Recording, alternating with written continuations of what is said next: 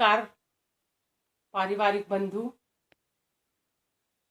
आगे YouTube channel में आपका बहुत बहुत स्वागत है।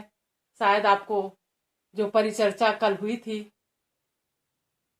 पारलौकिक या परमात्मा के विषय में अच्छा लगा हो। उसी क्रम में आपको कल बताया गया था, शायद क्यूरियोसिटी भी हो, कि आप एक ट्रैफिक कंट्रोल बनाएंगे 3-3 मिनट का। लेकिन आपके मन में जिज्ञासा होगी और हम आपसे प्रश्न भी पूछ रहे हैं कि ट्रैफिक कंट्रोल आप बनाएंगे कैसे। तो एक आपसे प्रश्न है, शायद आपको अच्छा लगे। क्या ईश्वर को आप जानते हैं? कैसे याद करेंगे? वह कहाँ रहते हैं? जानते हैं? उनका स्वरूप क्या है? जानते हैं? शायद बहुत से लोगों का जवाब होगा कि नहीं। हम विभिन्न रूपों में, सभी लोग, सभी परिवार के सदस्य विभिन्न रूपों में हम प्रार्थना और पूजा करते हैं। लेकिन क्या कभी आप ये सोचे हैं कि वो परम आत्मा हो सकते हैं?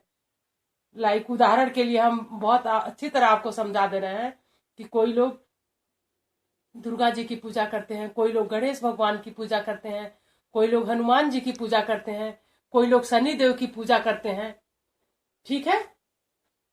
और अदर धर्मों में कह लीजिए तो अलग अलग पूजा करते हैं। तो क्या ईश्वर, जब पिछली फिर बात आप पे जाइए कल वाली वीडियो पे, कि जब ईश्वर ने प्रतिज्ञा किया है, अपना स्वरूप भी बताया है गीता में, क्या बताया है कि मैं तो जन्म मृत्यु से परे हूं, अगम अगोचर। हम गाते भी हैं कि तुम हो अगम अगोचर सबके प्राणपति, गाते हैं हम आप। पर ये कभी हमारे दिमाग में बात क्यों नहीं हो सकती कि जो गोचर यानी जो दिखाई दे रहा है, अगम जिसके पास हम जा सकते हैं, वो ईश्वर परमात्मा यानी कैसे हो सकता है? इंग्लिश में भी आप पढ़ते होंगे या अन्य ग्रंथों में भी गॉड गॉडेस बात आती है, देवी देवता। तो आज आप जानेंगे हमारे प्रिय सदस्यों परिवार के, हम जिनकी पूजा करते हैं वो देवी देवता हैं। यानी हम आप में से ही वो अच्छे कर्मों के द्वारा क्या हुए हैं, हम ही पूज्य होते हैं और फिर हम ही पुजारी बन जाते हैं। यानी वो भी आत्मा ही है, परम आत्मा नहीं।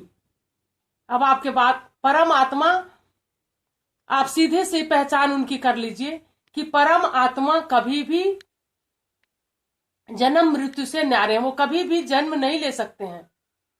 जबकि अन्य लोगों के जन्म की बात आती है, कृष्ण की बात करें, राम की बात करें, तो इनके जन्म है, इनके माता पिता हैं, तो ये परम आत्मा कैसे हो सकते हैं?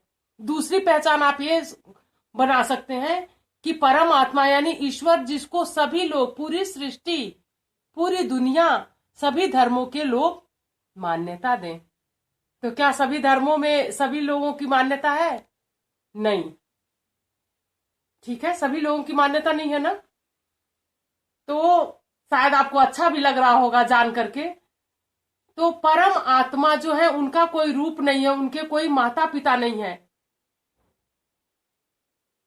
और ये देवी देवता भी जिनकी हम पूजा करते हैं, वो वर्षा या शक्ति कहां से लेते हैं?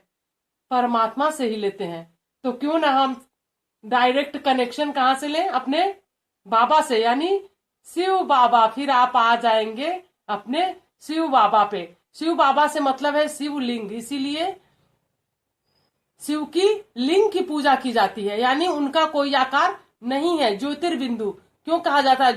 द्वादश ज्योतिर्लिंग।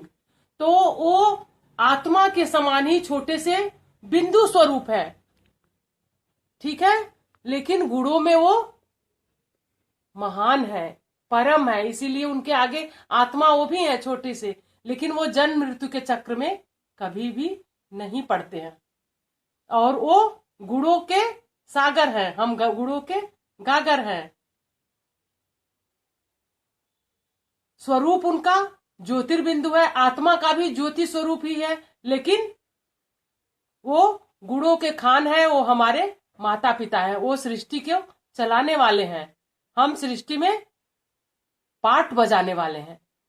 अच्छी तरह आपको समझ में आ गया होगा। तो सभी धर्मों में भी शिवलिंग की मान्यता किसी न किसी रूप में है, आप ये आज जान जाएंगे। जैसे मुस्लिम धर्म की बात करें तो वो भी क्या करते हैं, सबका मालिक एक है, या ऊपर देख करके ही वो नमाज अदा करते हैं, यानी परम आत्मा जो ज्योतिर्बिंदु है वो परम धाम में निवास करती है। ठीक है। ईसाई धर्म की बात कीजिए तो उस धर्म में भी मान्यता है कि गॉड इज लाइट, प्रकाश स्वरूप है ईश्वर। ये वो किसी भी कभी अवतरित होते हैं, सिर्फ वो जन्म नहीं लेते, यानी कोई उनको सृष्टि पे कोई काम कराना होगा तो किसी के तन का सहारा लेंगे। ठीक है, जो आप क्रमशः जानते रहेंगे, धीरे धीरे आपकी क्यूरियोसिटी शांत होगी। तो अब आप अच्छी तरह से समझ गए होंगे कि हमें अपने ट्रैफिक कंट्रोल में किसको ध्यान करना है, एक ज्योति स्वरूप शिव बाबा को, अपने शिव बाबा को ज्योति प्रकाश पुंज के रूप में अनुभव करना है कि कोई प्रकाश पुंज जो है वो धीरे से हमारी आत्मा को आलोकित कर रही है। ऐसा करने से आप देखेंगे कि आपके जीवन में आश्चर्यजनक परिवर्तन आएगा। किस तरह से परिवर्तन आएगा?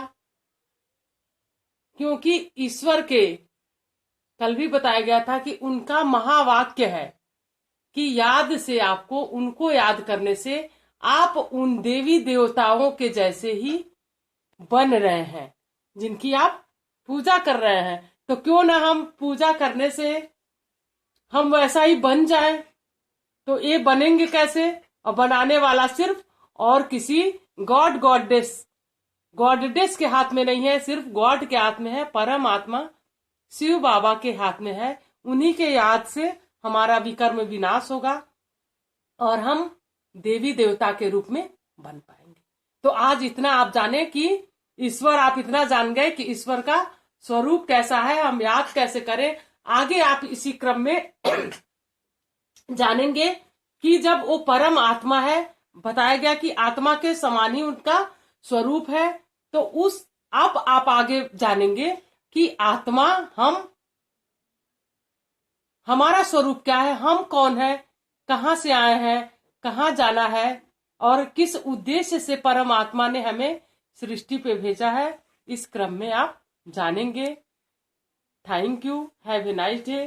पुनः नमस्कार पारिवारिक बंधु। अगर आपको वीडियो अच्छी लगी हो तो लाइक एंड सब्सक्राइब जरूर करिएगा। Thank you.